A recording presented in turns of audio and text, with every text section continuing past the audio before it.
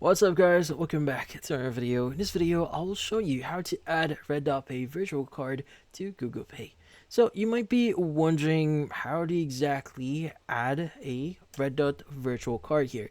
Well, adding a Redot virtual card into your Google Pay account here is quite similar to any other card that you may want to add here in your Google Wallet or Google Pay.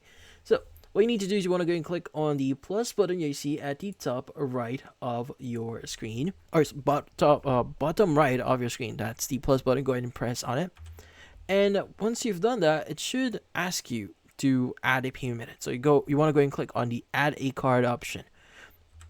Now from here, you want to go and choose the option here or whatever account that you want to connect. So you have Visa, PayPal, also have the credit or debit card option. Let's go and choose the credit or debit card option.